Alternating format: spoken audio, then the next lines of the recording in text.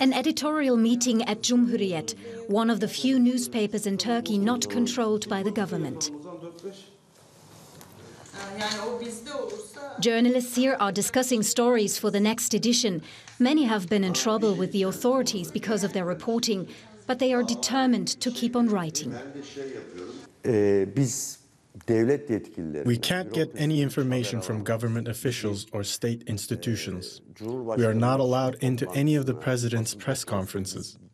They continuously try to criminalize our newspaper, to the point that even carrying a copy of Cumhuriyet is risky for our readers. Despite these circumstances, we're trying to do our best.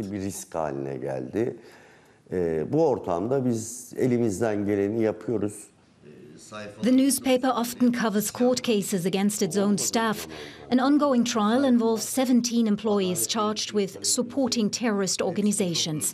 All have been released on bail except for 3, who have been behind bars for over a year now. In a show of solidarity, Cumhuriyet publishes their photos on its front page every single day. Murat Sabuncu, editor-in-chief. Akın Atalay, the publisher. And Ahmet Şık, a well-known investigative reporter.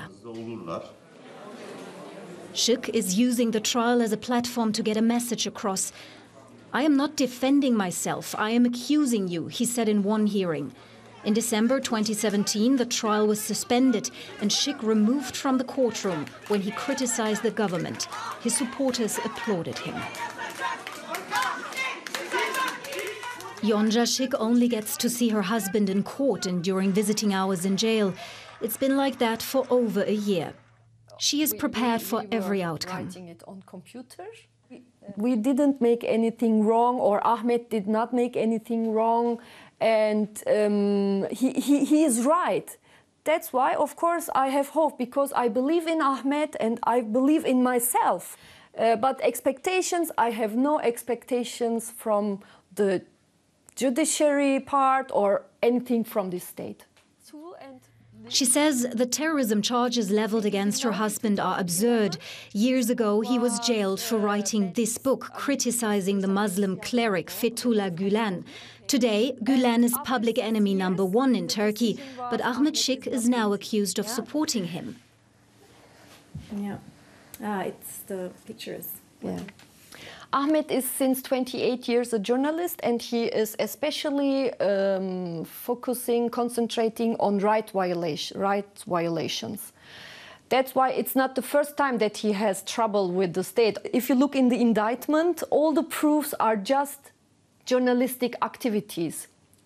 Reports he wrote, interviews he made, and he was just doing his job. About 120 journalists are currently in jail here in Turkey, according to Reporters Without Borders, more than in any other country. Rights groups say trials like the one against the Cumhuriyet newspaper are politically motivated. They have called Turkish President Recep Tayyip Erdogan, quote, an enemy of press freedom. After countless threats and even several attempted attacks, security at Cumhuriyet is tight. The office now resembles a high-security prison itself. The newsroom has already lost many reporters, but the rest are undeterred. They want to report independently and critically for as long as they can, even if that means writing about trials against their own colleagues.